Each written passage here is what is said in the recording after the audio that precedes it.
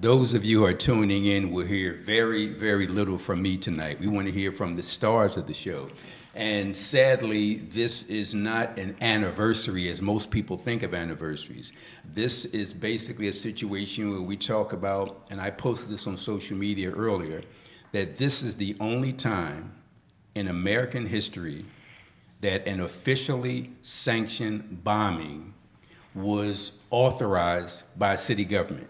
There have been throughout history white folks attacking black folks from airplanes and bombs. This is the first time in American history that a government did it. By the way, those who are tuning in, my name is Michael Cord, aka Michael X, aka the angriest black man in America. And when I say that there will be very little from me, I do mean very little, because people want to hear from you all.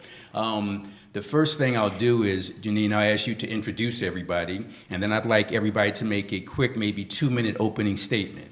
And then I'll go back around asking questions. But one of the first questions I'm going to ask after you introduce everybody, Janine, is how is it that you all are not violently outraged by what happened back exactly 40 years ago to the very day, almost to the very minute? A couple years ago on the radio, I interviewed some of you and I asked that question, like, why didn't you just go off and attack everybody as soon as you can? City officials, police, firemen, why is it that you all seem so, quote unquote, composed? I think I might be on death row now. And I seriously mean that. I always tell people I'm so glad I was born 10 years later than when the Panthers were out, because I might have done something crazy. But again, folks want to hear from you all. So, Jenny, if you could introduce everybody, and then I'd like everybody in their opening statement to say whatever you want for 2 minutes. But most important, tell me why you appear so composed and why you just didn't go crazy after all of this. Janine. My name is Janine Africa. I am Minister of Education for John Africa's MOVE organization, and I am one of the MOVE 9 who spent 41 years in prison for a crime I did not commit. Next to me is Ramona Africa, the only survivor of the 1985 bombing massacre of our MOVE family. Next to her is Janet Africa, Minister of Education for John Africa's MOVE organization, one of the MOVE 9 who also did 41 years in prison for a crime she did not commit.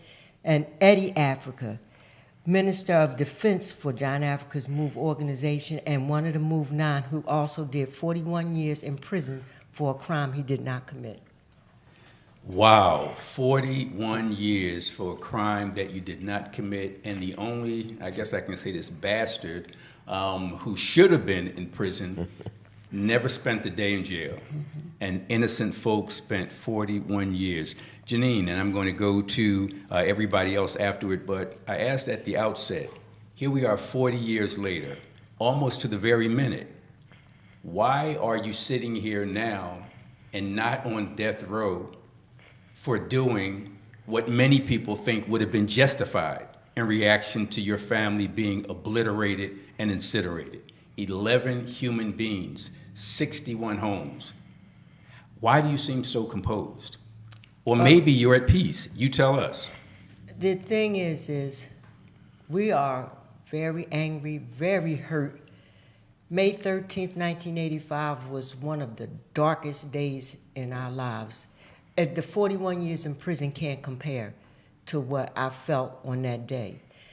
The only reason that we did not tear the prison apart or encourage people to tear the city apart is because John Africa teaches us to do what has a purpose, to get to what you need to be done, and to just go berserk and angry and lash out would not have gotten us what we need. We need to let this world know, expose this system for what they did. And if we would have just let the rage take over us, would have gave people an excuse to say, oh, I see why they bombed them. And they would have never got to hear the truth about why this system dropped that bomb on us. So this is what we have learned from John Africa, to use the teaching of John Africa to get to the point that you need to get to.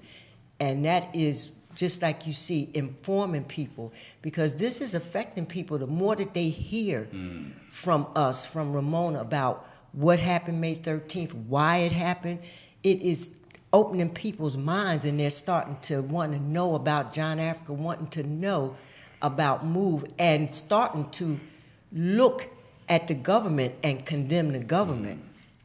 Very, very well said. Ramona, tell us whatever you want to for your first 2-minute opening statement, and also tell us why you don't appear to be outraged and destructive. Well, I am outraged, like my sister Janine said, but John Africa taught MOVE people to do what has a purpose. Our purpose is to bring this system down. That is our purpose. So anything and everything that we do is toward that end. Let me just say this. When I was in prison in the House of Correction, the city jail, the psychiatrist, his assistant, a black woman, sent for me, and I'm looking at the past, I'm saying, why are they sending for me?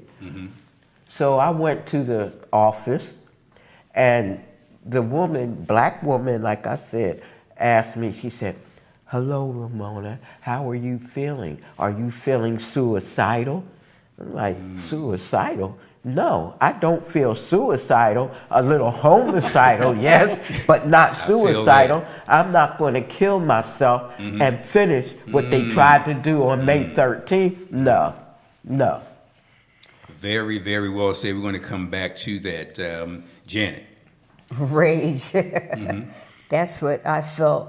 May 13th. The feeling I had inside of me would have got me killed. But there's a purpose. John Africa gave us a purpose. What purpose would have served to let all that rage out and nobody would see the devastation, the brutality, how ugly and rotten this system is?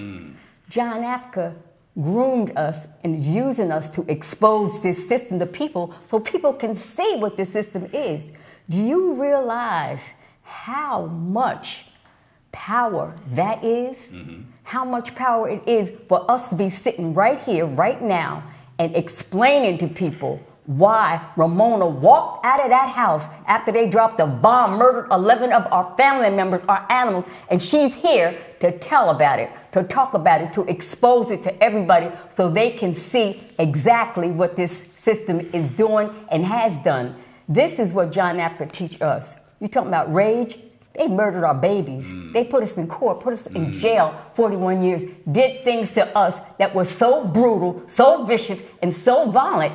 Yes, we are very angry, but we took that energy, we took that violence and that rage and turned it into energy like John Africa teach us, to have us sitting here and teach people, show people so they can protect themselves. When you started talking about different things earlier, May 13th, all the 41 years in prison, all the things that MOVE has been through has been an insurance policy for other blacks that has taken a step behind MOVE, because John Africa put us out there as the vanguard to teach people how to protect themselves, but also at the same time, because of the beatings, because of the brutality, because of the murders that they did to our family and how big it got and people didn't like it, it curtailed them.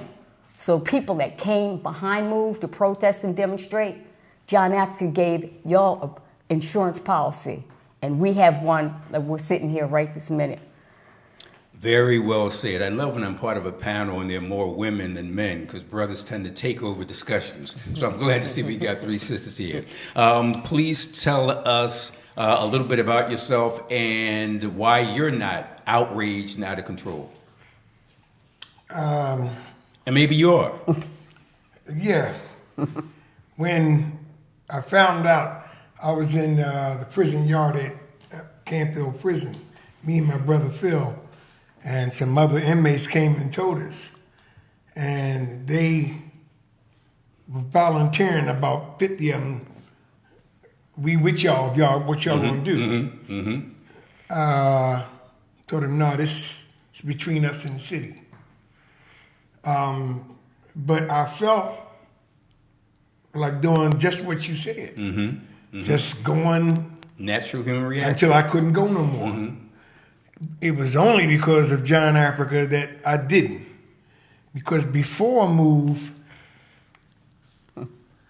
violence was the answer. Okay. You know what I mean? So I had to fall back on my belief. As much as I would have preferred another way, I knew that my way wasn't the answer. So I stuck with John Africa's way, and it's worked. I just love how candid and open you all are in sharing with the audience your feelings. I want to go into some specific questions. Each of you mentioned the name John Africa. For those who don't know, would any of you just want to spend a couple minutes telling the audience who is John Africa and why is he so important? Anybody? John Africa is the founder of the MOVE organization, the above ground chapter that started in Philadelphia. John Africa is who wrote the guidelines that MOVE people follow and apply. He's a black man, uneducated, only went up to the 3rd grade, yet he can explain this system from A to Z, explain the solution to the problems this system caused from A to Z. He has taken people from all walks of life. All of us have come from different backgrounds. You know, we have white people, Spanish people, Jewish people, Indian people. We even had Asian people, teachers, doctors, lawyers, musicians, housewives. We had people that had substance addictions, drugs, alcohol. Every walk of life you could think of, John Africa brought us together, made us one tight-knit unit, family, solved the problems that people had, made us strong men, women, good mothers, good fathers. Our children are so well-balanced and secure. This is what we got from John Africa, and this is why we don't ever leave John Africa's teaching, because we have been given something that is priceless. And we will never give that up for anything in the world.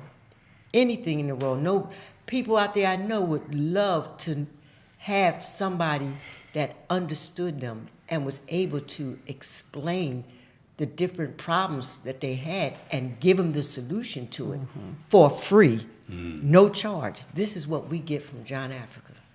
I really appreciate you laying it out, because people need to understand. And speaking of understanding, Ramona, I want you to take us back 40 years ago. 40 years ago is a long time ago. There are many who are listening to this, watching this, who weren't even born 40 years ago. Set the stage and walk us through.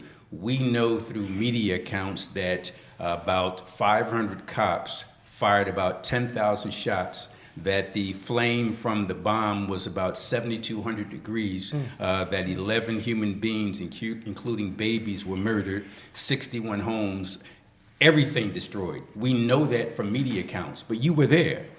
Walk us through it. Tell us what happened on May 13, 1985, exactly 40 years ago. Okay, let me take you back a minute. Please. MOVE people had been demonstrating for the release of our family members, innocent family members, that, you know, was put in prison for 30 to 100 years for a crime, like my sister said, that they did not commit. Let me stop you there, because I'm so glad you mentioned that. This was a case where a cop who supposedly was shot by MOVE, but was facing MOVE and shot in the back. With the bullet traveling downwards. Exactly. Talk about that, then bring us up to 1985. What led to that? And I'm glad that you mentioned that. Right.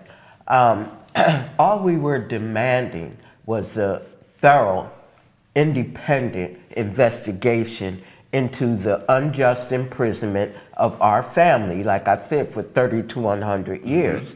Now, we met with Wilson Good, the first black mayor of Philadelphia. Quote unquote black, but I get your point.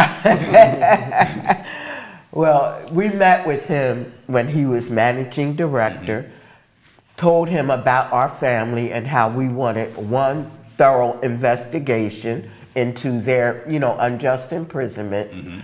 And he admitted that he knew Move got a raw deal in court, and should he become mayor, because he already had plans to run for mayor, should he become mayor, that was the first thing on his agenda, to deal with the injustice of what happened with my family in '78.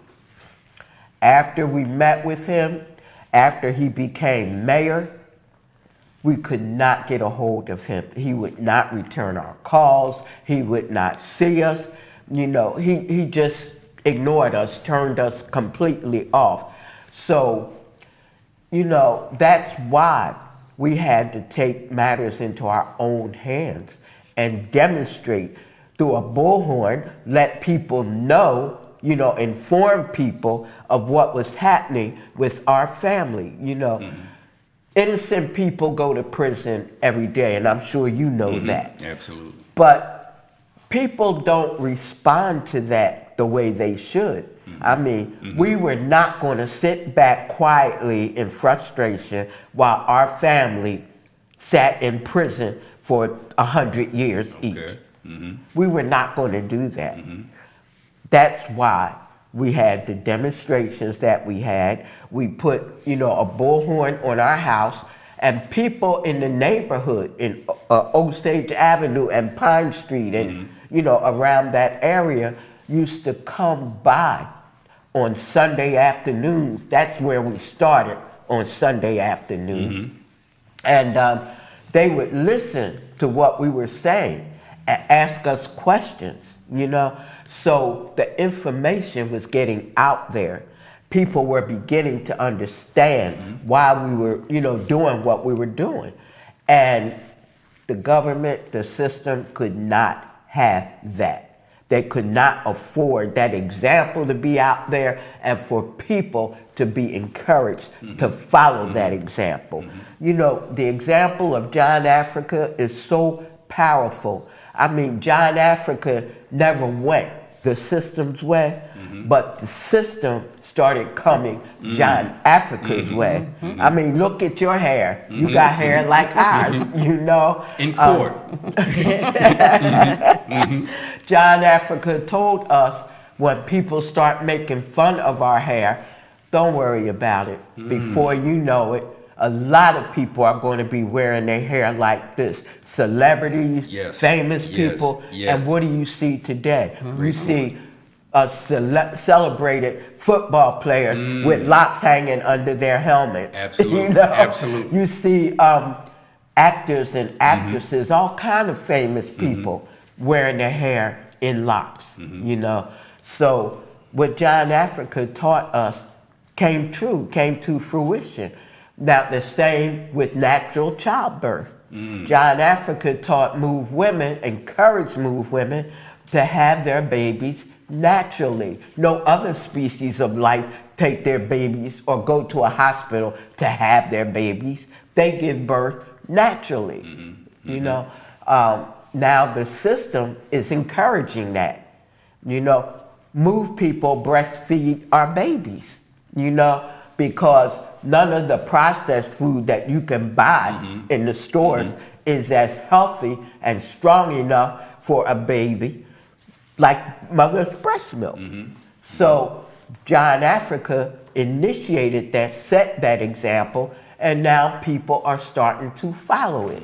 The system is telling people breastfeeding your baby is the best thing, John Africa coordinated a raw food diet.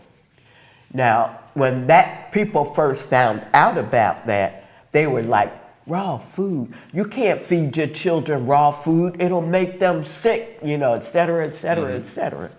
But now it's obvious through our children and through us that raw food makes you strong, that it's the best food for you, and you don't see any other form of life cooking their food. You know, they eat it the way God intended. And the main thing that John Africa taught us is the reverence for life, the coordinating force of life, Mother Nature, our mama, you know. Nothing would be here. We would not be here. There would be no life without our belief, without Mother Nature. I mean, she's the force that moves the water to keep it from stagnating. She's the force that moves the air to keep us able to breathe it. You know, she's the force that coordinates you to go to sleep despite how much you want to stay awake and wakes you up. That force is coordinated by nature, by mama, you know. So she's the force that pushes food up through the ground to feed us, to feed all life. That's what John Africa taught us to revere, you know, and to look to, you know. That's why we're still in move today. I said earlier before we started this interview that I'm looking at you all and you have not given up the fight. You're still here and you keep fighting. Those who just tuned in and who are listening in, who are watching us, we are here. I won't call it the 40th anniversary because anniversary sounds like a Commemoration. Commemoration is the perfect word. Exactly 40 years ago, the city of Philadelphia dropped a bomb on a black residential neighborhood and incinerated 61 homes and murdered 11 human beings, including babies. That's why we're here. And Ramona, you were bringing us up by saying that wasn't where it started. It started with the protesting about the injustice of your family getting up to 100 years for a crime they didn't commit. Very quickly, if anybody else can talk about why you say this was a crime they didn't commit. As far as I can tell, ballistics proves your point that the officer who was killed in a way where those facing him could not have And done below him in the basement. Explain that. In 1978, we had a confrontation with the police. It was we call it a shoot-in, which it was because they were the ones Not that a were shooting. shootout, but a shoot-in. A shoot-in, I that's love what it. it's called. I love it. Okay. So, 3 o'clock in the morning, over 600 cops came out to our house with heavy-duty weapons, military weapons, machine guns, deluge tank, everything that they used in war that they came out to our house with to evict us out of our house. They wanted to move. We were in our different family unit houses, and we all, at the time when they came, they started knocking down our fence, tearing our house down on top of us. So all of us came down to the basement. And when we came This down, was like a battlefield in wartime. Exactly. Michael, here's what I heard. When I was up in my room, I heard whoosh, whoosh, whoosh, whoosh. It was like the pant leg of all the cops that was out there, like marching down the street together. Ooh. When I looked out the window, all I saw was cops. All I saw was weapons. All I saw was them like bringing tanks and things in. That's all I saw. I looked out there and I immediately got my stuff and went to the safest place that I felt was to the basement. When I got there was some people there. Later on, more people came down there. So as the day went on, tearing down our fence, tearing the windows out, knocking the house down on top of us. Everybody's in the basement. Everybody's in the basement. Animals are in the basement. Then they turn on this water hose, this deluge, it's called a deluge gun. Cannon. A deluge cannon. People remember in the civil rights movement how the cops and the fire department would turn the water hoses on the protesters. You're saying that they were flooding the house with those water cannons. They were flooding the basement with those water tanks. I mean, this went on for a long time. There's footage of it. There's footage of it. For those who don't know, we're not talking about minutes. We're talking more than hours. Oh, no. Those was hours. Absolutely. Absolutely. Because I was Please standing continue. up, and I'm 5 feet tall, and the water was up to here on me. Almost 5 feet. You could have drowned in I it. could have drowned it. The children could have drowned it, but the thing was, after they started pumping in all that water, they sent smoke bombs in there. They sent Tear gas in there. smoke bombs. And in court, even them, they had that all these chemicals mixed together, that was a lethal weapon in and of itself to be able to kill us. But meanwhile, we had children in there, women in there, men in there, and animals in there. The water got so high that when I stood up, I had 2 children with me. I had to stand up as tall as I could and bent my legs a little bit. And the children, one child stood here and one child stood here, while the water was up to here on my neck to keep them above water so they wouldn't drown. Then they started shooting. They sawed a hole from the first floor to the basement, pointing their guns down on us while we was in the basement. One was right in your face, wasn't it, Eddie? Then after that, they started shooting rounds of bullets in our house. We had cement pillars that you could actually see where the bullets was doing like that, chipping off pieces of the cement. And we just stood there. After the smoke, water, that lethal mixture got so heavy, it's like I was losing my breath. My eyes was burning, my ears was burning, my nose was burning, and I felt like I was doing like that and taking my last breath. When I felt like I was taking my last breath, Michael, the air cleared. I mean, it seemed like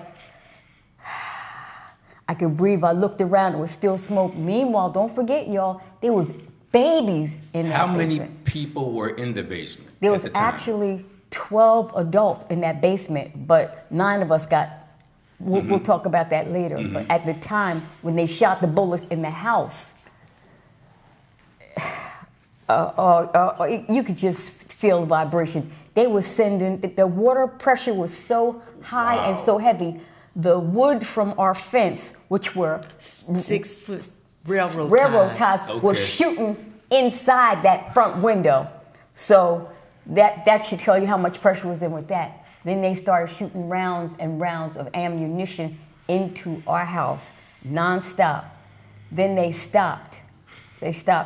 When I felt like the air was clearing around me and I could breathe again, then it stopped. And we started to go out the house. One of our brothers hollered out, "The women and children are coming out."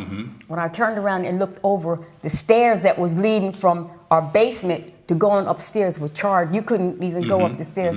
So I climbed out the front window to get out the window. Before I did, I put the babies that I had on my legs out. Do you know, in court, they had the nerve to say that I was using the babies as shields to protect me from getting shot. Meanwhile, they shooting in there trying to kill them.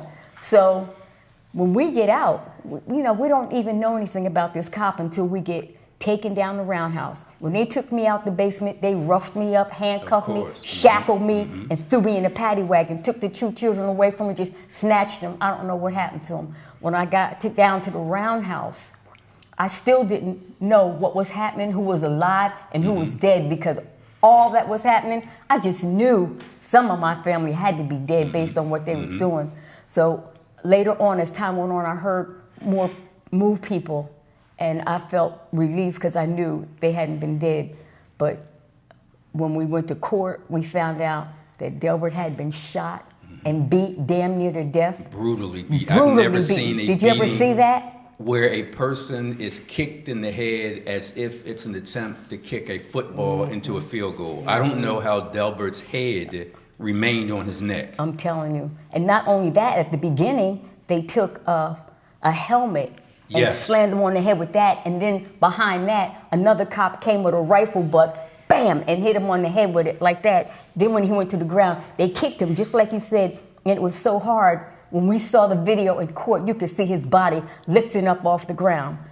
But meanwhile, we didn't know none of this until we went to court and actually saw the footage of it.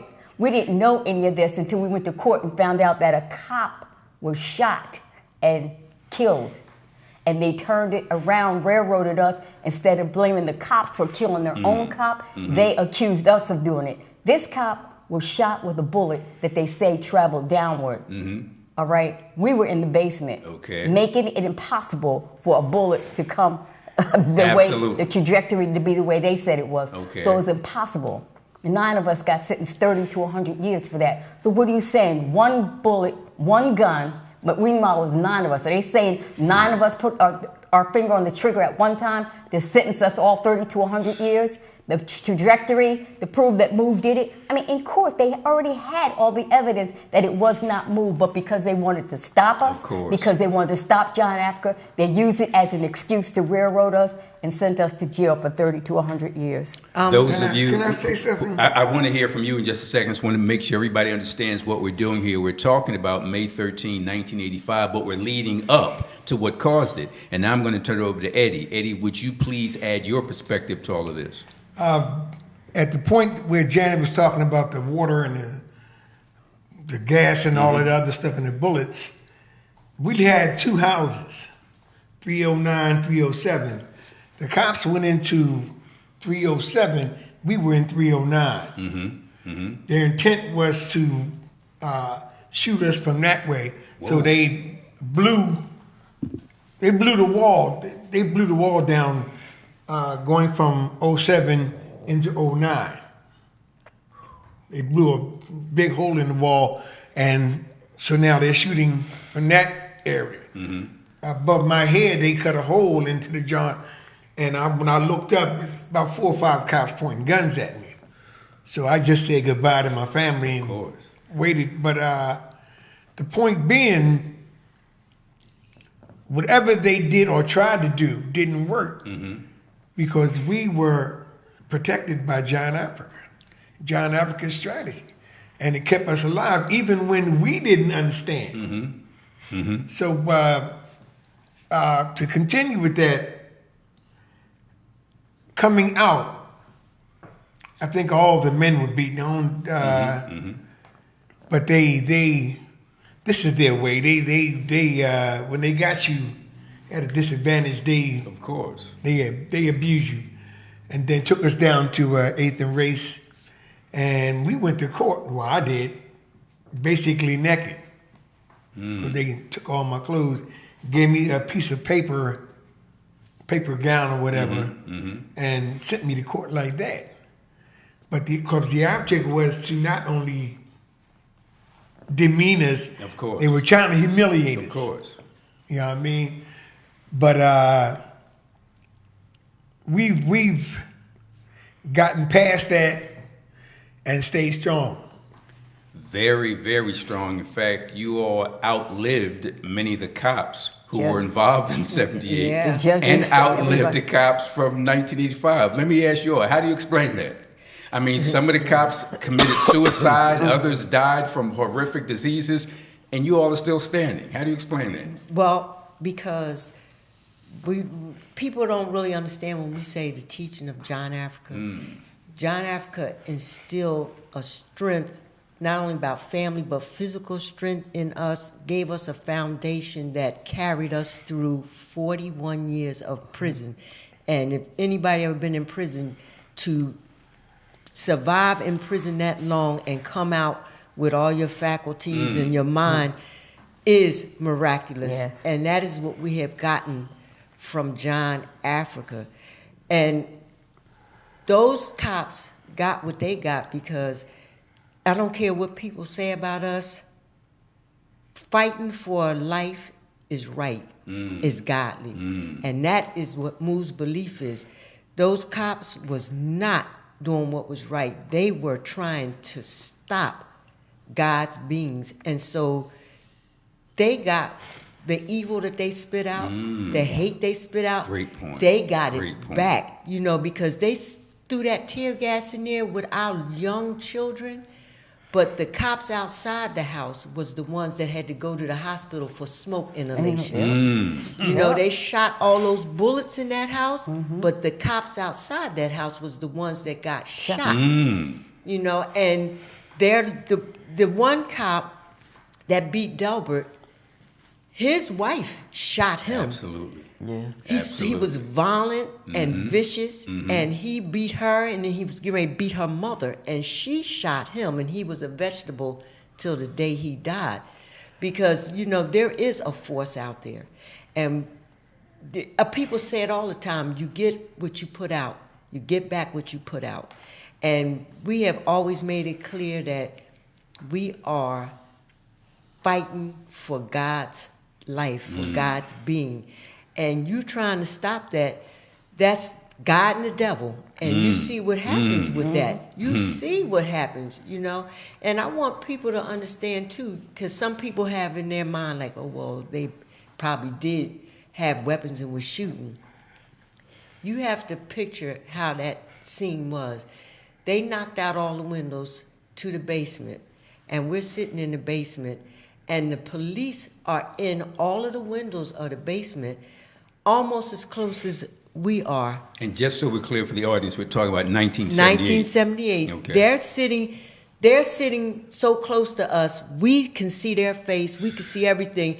Now, if we had weapons and they felt we had weapons, why would they sit in the window? They weren't undercover and like behind nothing. They were sitting in the window casually watching us, watching the water get thrown in and everything. And they're sitting there watching us. The video they took of was supposed to be Officer Ramp. He's standing against a telephone pole casual with his arm leaning against the telephone pole. He's not ducking behind it. He's not looking like, you know, being wary. He's just leaning against the pole like this was entertainment for him. So people have to understand they did not feel threatened. They wasn't fearful of being shot at. They came out there, they felt like they was finally going to have a day just to kill people like the KKK did with a lynching. They didn't come out there, they wasn't feeling like they had to fight for their life. They came out there with, like, we got them now and we're going to kill them. And that is how they came out there August 8th, 1978. Like it was their day to just come in there and lynch some niggers. I think you put it perfectly. Again, for the audience tuning in, we're talking to Janine and Ramona and Janet and Eddie, and I'm so glad that Ramona began in 1978, August 8, 1978, and now fast forwarding to May 13, 1985. Ramona, what happened at about 5:20 p.m.? And those who don't know, the media reports indicate that a cop was at a helicopter roof, 61st and Market, I believe, flew over to Osage, dropped a bomb, literally a bomb, C4 and Tovex. And at the time, C4 was banned in domestic matters. But nonetheless, the concoction put together, the bomb dropped at 5:20 p.m. What happened next, Ramona? Well, after that, we weren't aware that there was a fire because we, like in 78, we were in the basement. They dropped the bomb on the roof. Let me just say this too. They charged my family, charged me with conspiracy, charged me with everything that they did, arson, possession of weapons of crimes, riot, you know, all of that. Move never conspired with anybody, all right? Now, that day, we didn't realize what was happening until we were listening to KYW that morning. And they were announcing on KYW that the police were amassing out there, you know, by Cobbs Creek Park and Osage Avenue and 62nd Street. So when we heard that, we were like, what's going on? They're planning on coming in on us. So we went to the basement, which is the safest part of the house. And I didn't hear it, but I was told later that the police commissioner, Gregory Sambor, told the fire commissioner, do not fight the fire. I heard the that. bomb that was dropped ignited a fire. What the fire commissioner called is an incipient fire. That's the beginning stage of a fire. And Sambor told him, don't fight the fire, let it burn. Let the bunker burn. Now, he's not a fireman.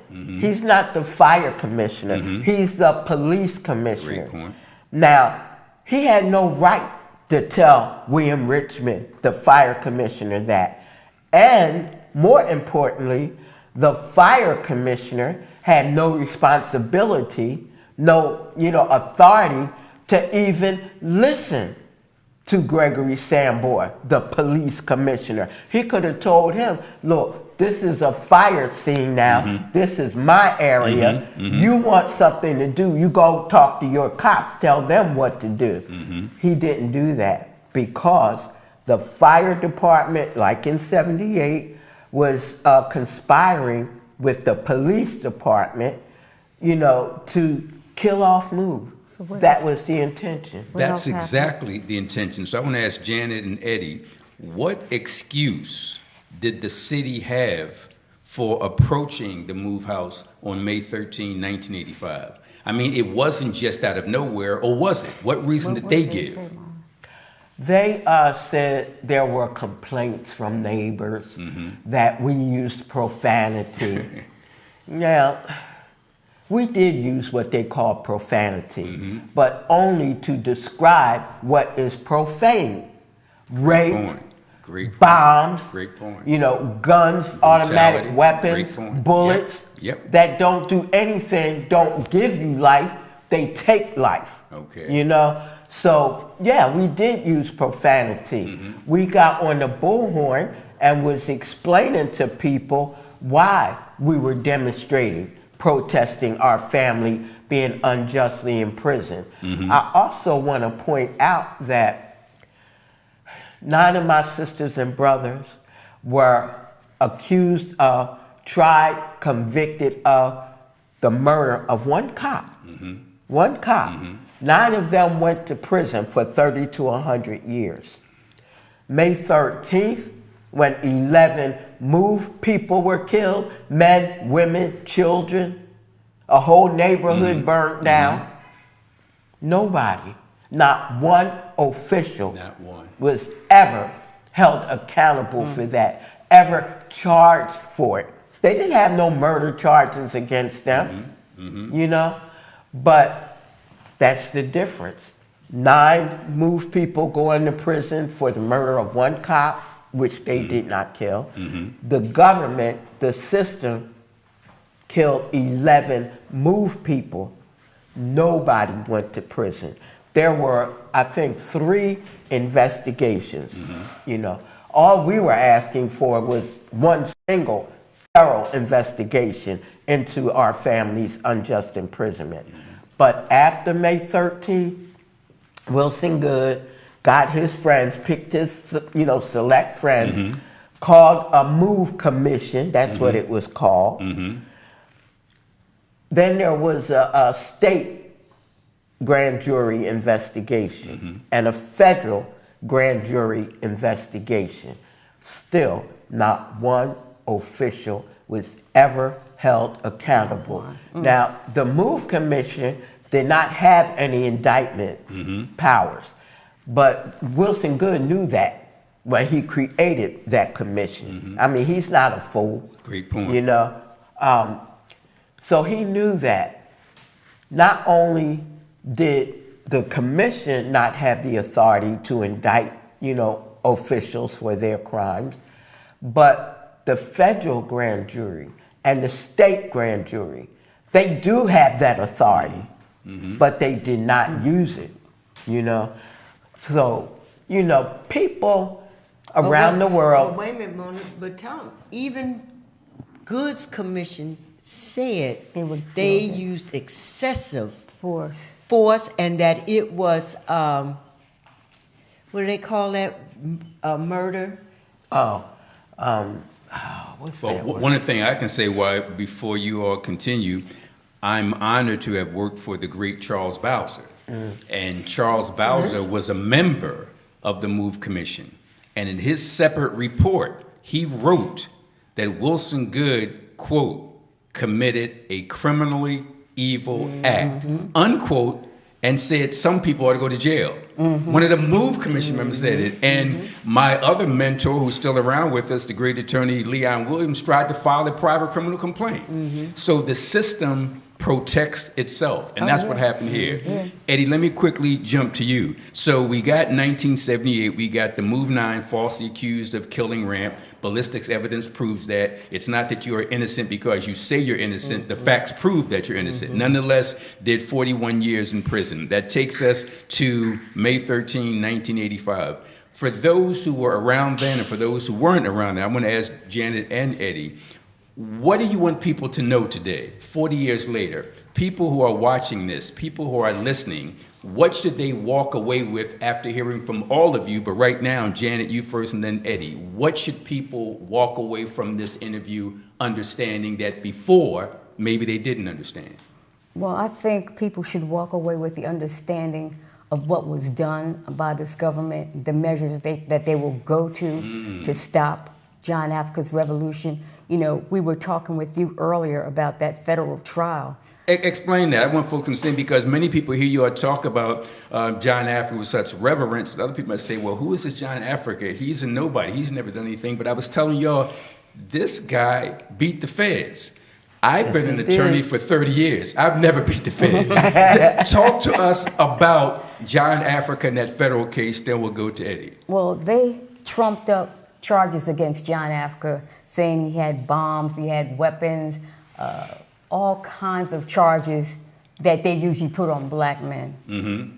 John Africa went in that courtroom and defended himself. By himself, no lawyers? No lawyers. Well, he had backup lawyers. Snipes was his backup lawyer, but he didn't do anything but sit there. But John Africa, during his trial, just went to sleep, down on the floor doing push-ups. During the trial? During the trial. Never objected to anything that was being said, anything. John Africa brought us into court as witnesses, and we talked about what John Africa did for us in front of the jury and everybody. So everybody knew the story about John Africa and what he did for us.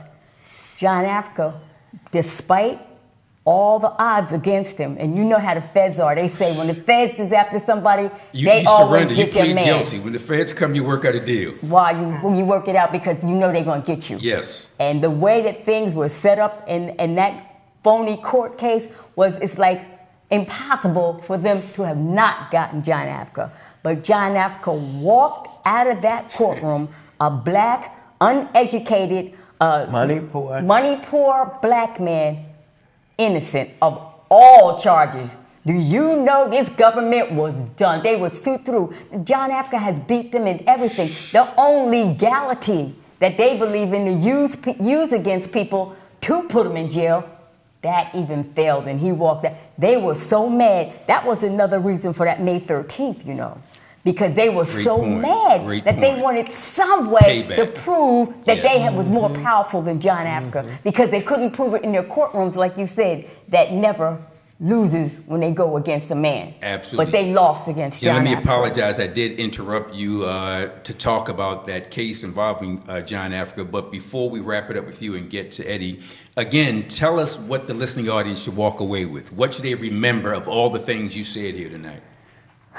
They should remember all the years that the MOVE organization was out there being guided and taught by John Africa, seeing all the things that we've been through.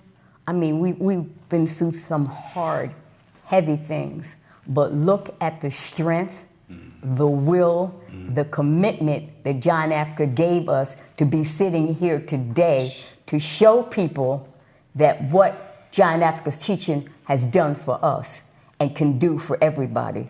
You know, we have fought from police, prison, murder. I mean, we've been through a lot. And it's fell hard against our hearts, very hard. But we are still here and still committed to this revolution, and we will not stop. This is what I want people to take away from what you see. You're seeing what John Africa put in me, because everything that I was, I'm not that anymore. And everything I am is because of John Africa. Powerful. I'm going to ask the other three of you. Eddie, before you tell us what you think the listening audience should walk away with, how is it that you're so strong and just virulent? I mean, you seem like you've been a construction worker all your life, never spent a day in jail, been working out every day. How do you explain that in light of those 41 years in prison? John Africa. When I came to MOVE, I was a little pudgy guy. Is that right? Yeah. Okay. Yeah. wasn't no running and dropping down and doing push-ups. And Okay. The only thing I was pushing was getting high, I got you. going to parties. John Africa took me and encouraged me to get healthy, physically and mentally. And you make it a habit. And if you make that health thoughts a habit, you're gonna get stronger. That explains. And that this explains. is what, this is what he did. And you're a walking testament to that. So, Eddie, the listening audience, they need to remember at least one thing you said tonight. What do you want that one thing to be that you said tonight, or that you didn't say yet? Well, I would hope that they would hear what we said and take away that they don't have to accept the violence against them. They don't have to accept their children being jailed. They don't have to accept their husbands and wives being put in those hell holes 30, 40, 50 years. They don't have to accept that. They need to resist. You know what I mean? You need to fight. Why would you allow them to do all that to you? If somebody on the street came up to you and jumped Great on you, point. you're going to fight Great back. point. Great point. So what makes them any different? And so this is what I would hope they would go away with. Listen to what John Africa has said and do what you have to do. You have to fight the system. There's no other way. Powerful, powerful. Again, those who have tuned in, we're still going to hear from you, Janine, and certainly from you, Ramona. I just want people to understand why we're here today. And again, it's not the 40th anniversary. It's 40 years of commemorating the only time in American history that an official government committed a mass murder against its own citizens by dropping a bomb. As I said before, there have been situations where white folks in the South killed black folks in a similar kind of way, dropping bombs, but never officially sanctioned by the government. And I'm so glad, Ramona, you took us from August 8, 1978 and the Move 9 up to May 13, 1985 to explain what happened on that fateful day beginning at 5:20 p.m. And folks need to understand that you had 500 cops out there. You had 500 cops firing 10,000 rounds of bullets in 90 minutes. You had the flames reaching 7,200 degrees. That kind of stuff doesn't even happen on the battlefield during wartime. But it happened to you all. It happened to your family. So I want to ask you, Janine, what do you want the listening audience to remember among all the things you said? Well, I would hope that people would listen to what we're saying and believe it. Stop trusting everything officials say to you. Because had not Ramona come out that house alive, nobody would have known the truth that this government deliberately plotted to murder innocent men, women, and children. So they have to see this, because you have to ask yourself, why would a government come at a small group of people with the force that they came with? A bomb. Why? We want people to start really looking, investigating on their own and ask that question. Why would they come at us like that to burn, to deliberately kill our children? And Ramona told us, and she said, when they realized that the house was on fire, they hollered to those cops, "We are bringing the children out." And they had the children wrapped around their bodies to help bring them out, and telling the cops, "We're bringing the children out." But every time the cops saw them with the children, they shot them back into the house. They shot the people back into the fire. The flaming house. And saw the children. They saw the children. That's why our family had the children on them like that, so that they would see that they were not armed, that they were trying to bring the children out. And they did it deliberately. And we need people to understand that, to see what they're dealing with, and stop believing everything this system tell you. Powerful. And Ramona, I'm going to ask you the same question. What is it that the listening audience should get from your presentation tonight? What should they walk away with? What should they understand? The need to fight back. You know, some people feel like, well, you know, you can't beat this system. Other people feel like, well, you know, cops shoot down people every day. I don't want that to happen to me. You know, they bombed MOVE for telling the truth, for simply telling the truth. I don't want that to happen to me. The point is, if you don't fight back, this system is like a cancer. If you don't cut it out, break it down, eliminate it, it's just going to grow, fester and grow.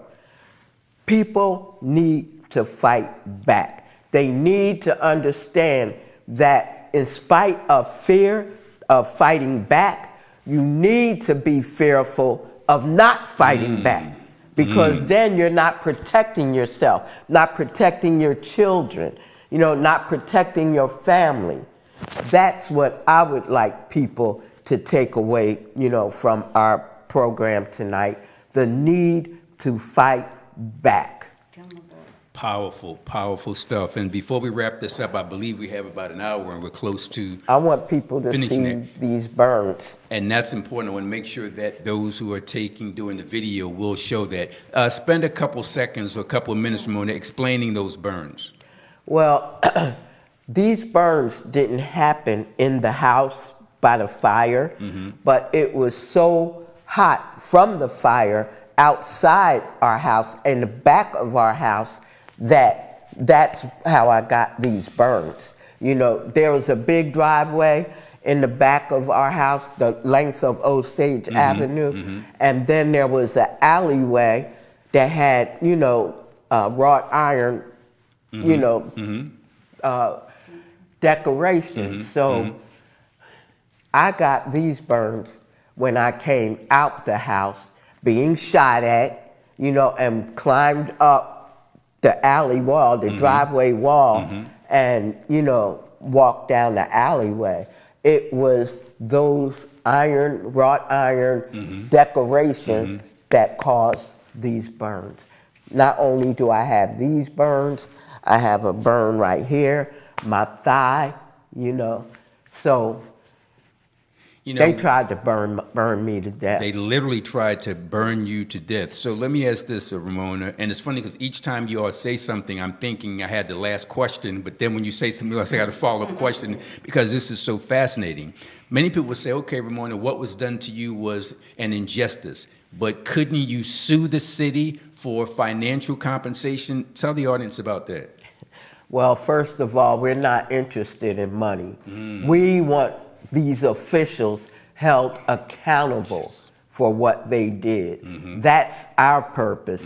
Now, I did file a suit against, you know, Wilson Good, Leo Brooks, the managing director, the state government, the, you know, governor, the cops that was out there trying to kill us. So I did do that.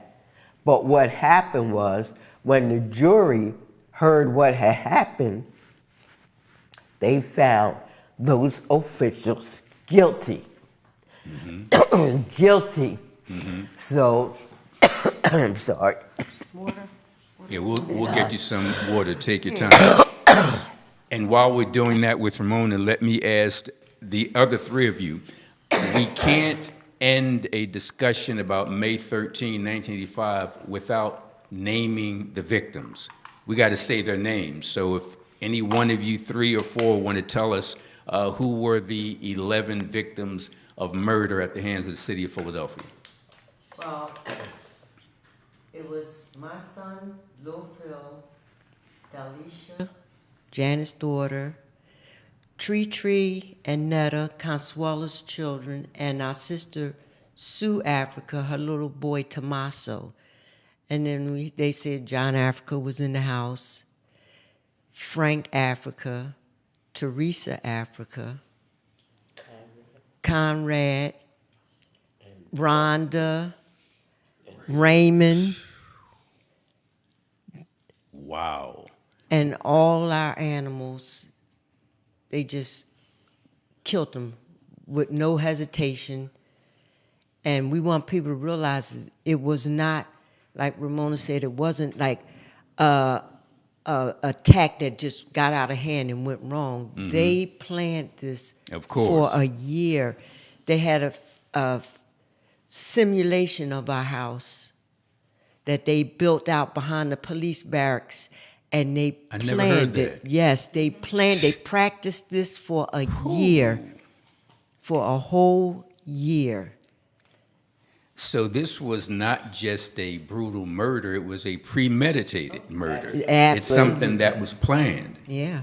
Let's do this before we wrap this up. I know that people feel what you all are talking about, but they still want some kind of justice in criminal court. Ramona, I know you mentioned about the civil lawsuit and how the city was found liable, but that's not justice. Those officials and cops should have gotten prison time, state prison time.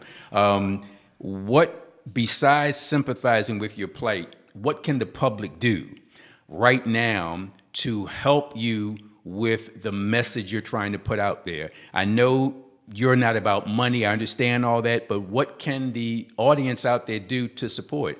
Feeling sorry for what happened is one thing, but for me, action speaks louder than words. So very quickly, maybe 30 seconds from each of you, I'll start with you, Janine, and finish up with Eddie. What can the public do to support you today? Well, there is no statute Of limitation? of limitation for murder. So if people feel that strongly and they want to see something done, they can put pressure on their state representatives, on the clergy, on the different politicians. Put pressure on them and say, we want something done about this. This was not our word. This is a murder that people witnessed all around the world on national TV. And they need to put that pressure on them politicians. What are you going to do about this? And like we said, we don't want them to do what we did. You don't have to get on the front line, but you can make a phone call, you can email, you can fax, you can call radio stations, TV stations. There are all kind of avenues that will put pressure on this system, this government, to hold them accountable for what they did. I want to wrap it up with Ramona answering that same question. So Janine and Janet and Eddie, I'm going to ask you both the same question. What can the public do to support beyond what Janine said, which I think is an excellent idea? Well, years ago, the government, the politicians in Philadelphia came to us and said they apologized for what they did. We don't want no apology. They did what they did, and they did it deliberately. What we're saying, they can't give us our children back. They can't give us our brothers and sisters back. They can't give us our family back, nothing. So what we're saying, if you want to do something right by Move, then free Mumia Abu Jamal. Free him. Wow. Can we get a shot of Eddie's shirt? Well, yeah, please continue. What we're saying is, Mumia. Love it. Mumia stepped out and reported honestly about Move for a whole lot of years. He came up to prison, visited us when he did the courtrooms. He didn't sway the interviews. He said what the cops said. He said Move said. And everybody came together about Move. Move was innocent. They threatened Mumia and told him to stop reporting the way that he did. He lost jobs. He lost his status and everything because he was representing Move. Telling the truth. Telling the truth about Move. And they just got rid of him. They got rid of him by setting him up, said he killed a cop, sent him to jail, gave him life in prison, and all that. So what we're saying, what people can do is fight for Mumia. Love it. Help us Love for Mumia like he's fought for us and a lot of people out there. That is a position that I think people can write to Mumia. They can talk to their politicians about Mumia and do all that they can to free Mumia from prison. Eddie, I'm sure you agree with that because you got the free Mumia shirt on. But beyond that, what can the public do to support? Well, to understand what's going on around you and do what you can, whatever it is. Mumia, show him your support through speaking, like he said, the radio, calling radios, writing letters, whatever. Or if you're a parent, make your child aware of it. Teach them. Love it. You know what I mean? Teach Your your husband, children. your wife, talk about it. Because the one thing that this system does not like, and that's the exposure. You know what I mean? Okay. The way to deal with them is to bring them out in the open, let everybody see what they're doing. Right? So this is what I would suggest to people: look at what's going on around you and protect yourself. You know what I mean? Protecting and helping Mumia is protecting yourself, Well said. because it's just as likely that you can take his place. No doubt about And they that. got plenty of cells for you. That's quite true. We heard from Janine, we heard from Janet, we heard from Eddie as to what people can do. We're going to wrap it up with you, Ramona. What can the public do to support? Keeping in mind what happened exactly 40 years ago to the very day with the city of Philadelphia dropping a bomb on a residential neighborhood, the city of Philadelphia sending 500 cops to fire 10,000 shots, drop a bomb that caused a fire that reached temperatures of 7,200 degrees, killing 11 human beings, destroying 61 homes. Nothing like that had ever happened in American history. Now here we are 40 years later. Ramona, what can the public do to support you, your family, and the victims of one of the most horrific tragedies in American history? They can listen to what John Africa is saying. John Africa said, it is past time for all poor people to release themselves from the deceptive strangulation of society. Society failed you yesterday, is failing you today, and have created the condition for failure tomorrow. Now, if you heard that and you understand that, then you will feel obligated to fight back, fight this system back. And what we're saying is free all political prisoners, because just like MOVE, a lot of political prisoners are not in prison for committing crime.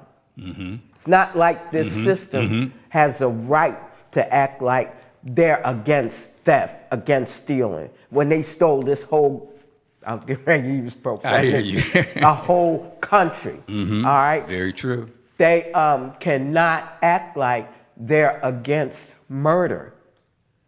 They murder people every day. You know, sanction their cops, dragging people out of their car, beating them to death, shooting them to death. You know, so what we want people to do is realize that this system is a contradiction, that it has failed you, like John Africa said, failed you yesterday, failed you today, and created the conditions for failure tomorrow. If you understand that, then you need to, you know, fight back and change the system that will, you know, create the conditions for failure tomorrow. I don't mean using the system to fight the system, because you can't do that. That's not going to work. What you have to do is use your sense, your common sense, to fight this system. Not the system's reference, because they're not going to give you anything to defeat them, to bring them down. This has to come from John Africa, from your inner, you know, being, you know, what you really feel inside. People don't like what this system is doing. They really don't. But the system teaches you that you cannot fight the system and win. What John Africa have taught MOVE, sent the message out to everybody, you can fight this system and win. The system is made of people. The police is made of people. The military is made of people. The judges are made, of people. So if people realize what this system is doing and realize that it cannot work, they cannot do it without people giving their allegiance to the system. I mean, if nobody wanted to become cops, what are they going to do? If people are not going to allow a judge to lock them up, they tell them, well, look, you come lock me up then. Come off that bench and lock me up then. Don't have anybody else do it. Like prison guards. All right. Don't become a prison guard. So don't lock anybody up in prison. So, this is the key. This is the key. Fight back. Never stop fighting. I love everything I heard from each of you. Ramona, you started out by stating that you can't really use this system to fight this system because it's corrupt. And I have to tell you, I naively thought when I graduated from law school that I'd go to law school, I'd become a lawyer, and I can use the system to change the system. But after about 10 years, I realized, and I say to this day, I don't go to court to get justice because there's none there. I instead go to court to expose the injustice. And there's a lot there. And if quote unquote woke lawyers took that approach, we could change the system. Folks who tuned in tonight, we're listening to Janine and to Janet and to Eddie and to Ramona.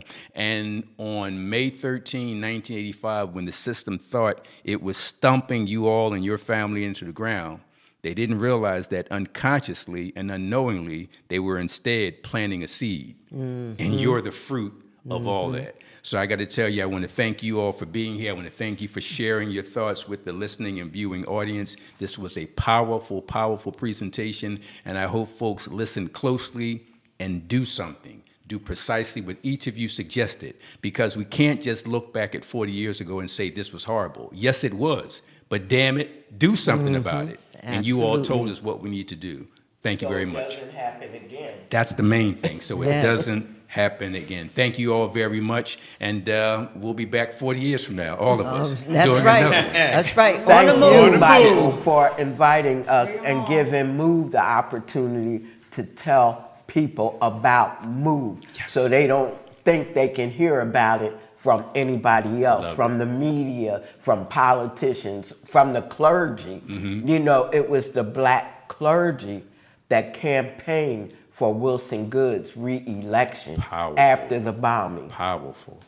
Powerful. So thank you for allowing me. Well, I got to tell you all, thank you for allowing me. When Janine reached out to me and asked me if I could do this, I'm like, I assumed you had 100 other people that you had on the agenda. And when she reached out to me, that was a tremendous honor. Because like I said, being an attorney, I'm quote unquote part of the system, and I want to do everything that I can to undermine it. I'm not going to say exactly how because this is a public recording, but I will say I want to do the right thing. I want to be the spook who sat by the door. All right. Again, thank you all very much. All right. Yeah.